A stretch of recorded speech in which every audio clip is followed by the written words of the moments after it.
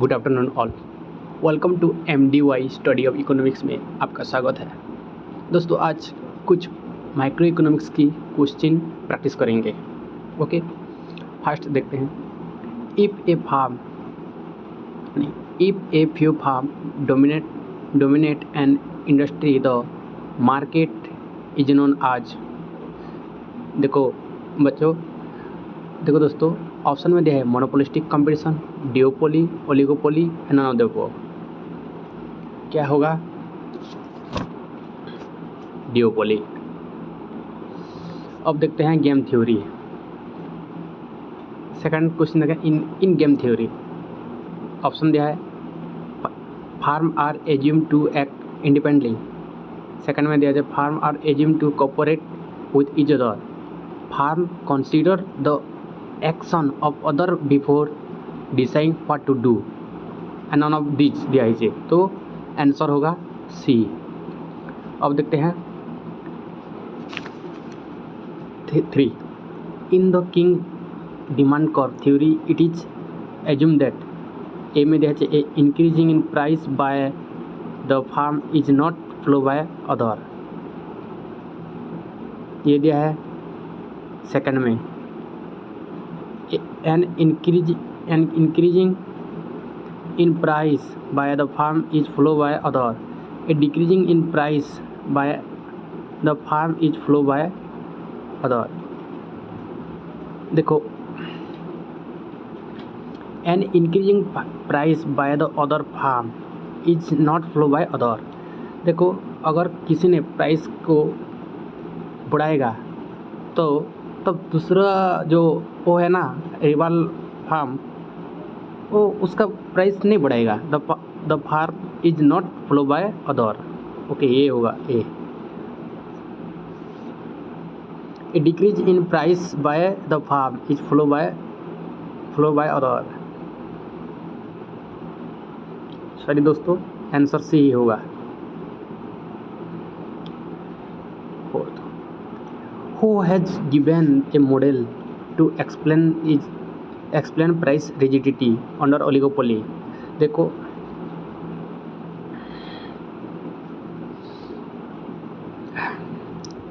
Price rigidity के बारे में बता रहता है, वो बता रहेगा तो वो स्वीजी ही होगा। Stackelberg has discussed the behaviour of two seller in the duopoly market assume. Stackelberg both as flower, one as leader and another are flower। स्टेकलबर्ग में ये दिखाई देता है। Okay, parameter of action of the seller in Bertrand model. Bertrand में क्या होता है? Price parameter, और कर्नट में आउटपुट। अब देखते हैं who discuss first about duopoly market. ये कर्नट होगा। Parameter of action of the seller is Cournot model. Cournot में क्या होगा? आउटपुट होगा। If the demand curve is kinked what will be the shape of marginal curve. ये क्या होगा? King दिया है, डाउनवर्ड दिया है, डिसकंटिन्यूस दिया है, नॉन ऑफ द या डिसकंटिन्यूस होगा। 10 which market MR curve is discontinuous. ये देखो, मोनोपोलिस्टिक कंपटीशन दिया है, परफेक्ट कंपटीशन दिया है, ओलिगोपोली दिया है, नन ऑफ दिस। मोनोपोलिस्टिक में वो पॉजिटिव रहता है, परफेक्ट में वो हॉरिजॉन्टल रहता है। ये ओलिगोपोली ही होगा, क्योंकि ओलिगोपोली कहाँ पे आता है? ओलिगोपोली का अंडर किंग डिमांड कराता है। Okay, 11th,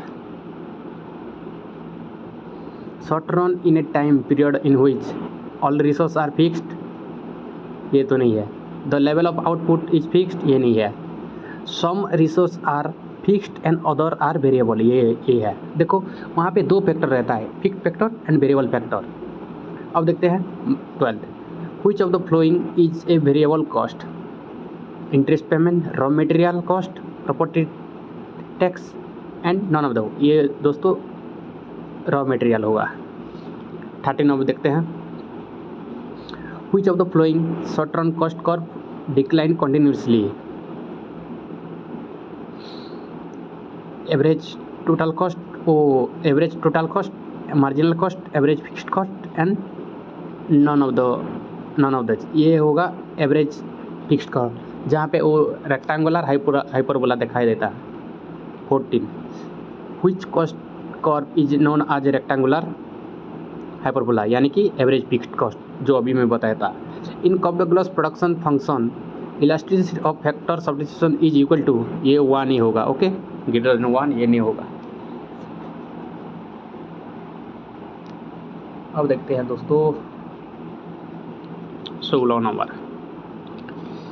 if all input are increase in the same proportion then it is in the case of, ये लॉ ऑफ वेरिएबल प्रोपोर्शन दिया है, law of return to scale दिया है, law of demand होगा। देखो law of variable proportion तो जहाँ पे फिक्स्ड एंड वेरिएबल कॉस्ट है ये नहीं हो सकता। ऑल इनपुट ऑफ ए होगा B, law of return to scale. 17 law of variable proportion come under short run production function, long run production function और ए और B. Law of variable proportion सिर्फ short run production function में ही आता है। Okay, time allocation model develop by, ये क्या है, कर्नट दिया है, बोमल दिया है, गैरी बेकर दिया है, नॉन ऑफ दीज, ये गैरी बेकर ही होगा। Okay, Which of the following is known as the long run average cost curve? 19 learning curve दिया है, एनवेलप कर्व दिया है, इक्वल प्रोडक्ट कर्व दिया है, नॉन ऑफ दीज, ये होगा दोस्तों envelope curve. Okay, if the quantity of A goods demanded by consumer increase in response to an increasing in purchase by other consumer, this is known positive network externality दिया है, negative network externality दिया है, neutral network externality, ये होगा positive. अगर positive होगा तो दूसरा लोग को भी वो इन्फ्लुएंस करके वो दूसरा लोग भी वो कंज्यूम करेंगे उसको देख के। The concept of expected utility theory was first postulate by, वो दिया है Daniel Bernoulli, Gary Beckers, Baumol and none of this, ये बर्नौली होगा, डेनिस बर्नौली। ओके, अब आते हैं 22 dash cost curve has flatter U shape, ये दिया है LAC, LMR, LMC, LMR, LAC and none of these. 22 ये क्या है, क्या होगा दोस्तों,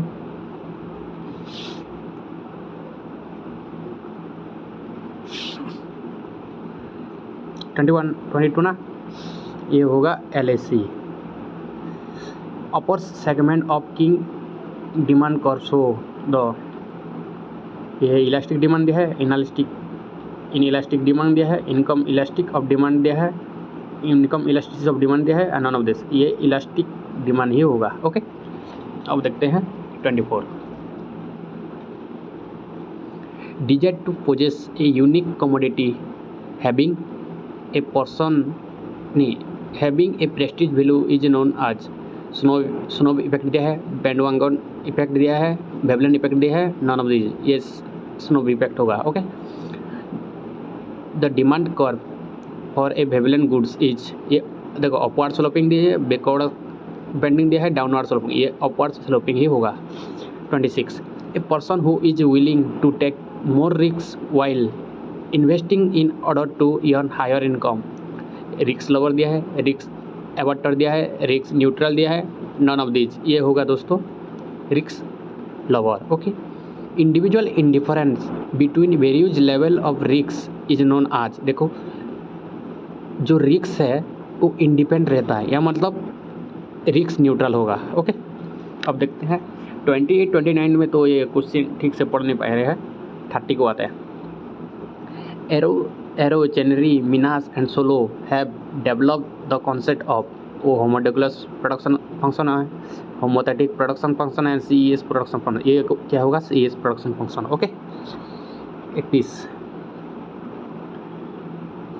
study of household production and the allocation of time within the household develop by, Daniel Bernoulli है, बोमल दिया है, गैरी बेकर दिया है, नॉन ऑफ दिस, ये होगा गैरी बेकर। ओके, अब आता है 32 Markowitz model presume generally investor are risk lover दिया है, रिस्क न्यूट्रल दिया है, रिस्क एवर्टर दिया है, नॉन ऑफ दिज। ये मार्केटेज मॉडल में ये रिस्क एवर्स के बारे में ही बताया गया है। अब देखते हैं 33। A person accept risk both on the basis of possible losses और gain and the utility gain from the action itself, this is known as. देखते हैं दोस्तों, ऑप्शन में दिया है Bernoulli hypothesis, Markowitz hypothesis, Savage hypothesis, none of this. ये होगा Bernoulli hypothesis. Okay. 34 short run modern theory of cost curve has a dash type of shape. ये U shape होगा, आपको पता है। Shape of modern long run average cost curve, ये saucer दिया है, यू दिया है, एल दिया है, ये सॉकर ही होगा। Okay. 36 the average variable cost is equal to be total variable cost divided by the total output।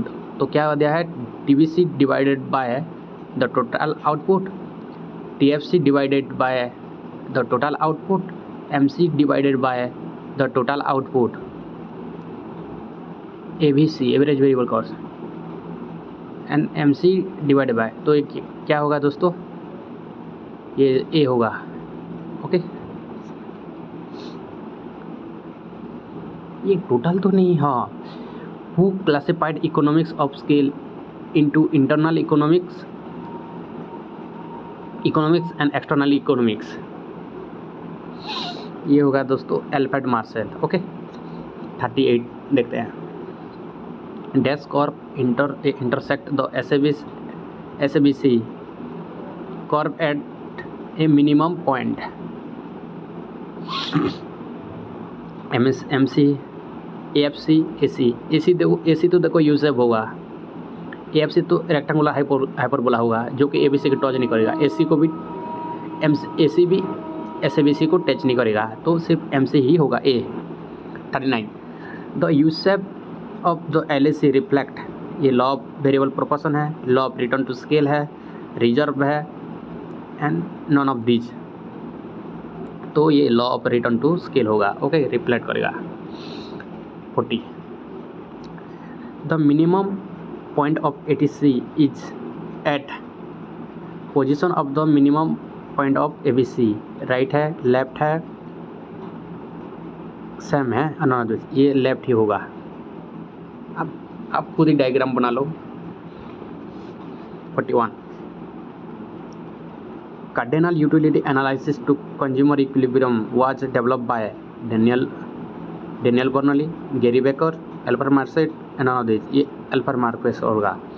MC at any level of output is given by slope of TC, slope of TBC, slope of TC and TBC। ये TC भी है और TBC भी है। Okay. 43 the cost that cannot be recovered once spent, accounting cost, implicit cost, fixed cost and none of this. ये fixed cost होगा, अगर fixed cost एक बार खर्च कर लिया ना वो दोबारा रिकवर नहीं होगा। Okay. Which of the flowing has a U shape, ये दिया है average fixed cost, total cost curve, average variable cost and none of this. ये टोटल कॉस्ट कर्व होगा। 45 envelope curve is long run marginal cost curve, long run average cost curve, none of these and none of these। तो दोस्तों ये होगा long run marginal cost. Okay, long run marginal cost curve, हाँ। Okay. The total fixed cost, ये horizontal straight line, B vertical hyperbola, none of these and both A beam, horizontal straight line और vertical, ये होगा A होगा। Okay. 47 the consider incur on producing one additional unit of commodity is known as, ये marginal cost ये होगा। Okay, जैसे जैसे आप कॉस्ट बढ़ाते जाएंगे तो ऐसे ऐसे 1 यूनिट ऑफ कमोडिटी और 1 एडिशनल यूनिट ऑफ कमोडिटी बढ़ते जाएगा। Okay 48 the LAC curve envelope dash curve and is therefore called as envelope curve. तो SAC SMSC short run average cost, short run marginal cost और short run long run MSC curve, ये long run MSC curve होगा। Okay envelope देखो 49 the long run is the period over which all factor become variable constant and vertical. देखो long run curve है ना, वहाँ पे all factor variable भी रहता है, शॉर्ट रन में फिक्स्ड फैक्टर एंड वेरिएबल होता है, तो एक्स ऑप्शन ए होगा। Okay 50 marginal productivity theory of distribution is associated bye Adam Smith दिया है, लियोनेल रोबिन दिया है, जेबी क्लार्क है, ये जेबी क्लार्क होगा। Okay 51 under marginal productivity theory reward for labour is determined by owner labour marginal product. देखो marginal product जैसे जैसे बढ़ते जाएगा तो उस हिसाब से लेबर को वेज और रिवॉर्ड मिलेगा। थैंक यू दोस्तों।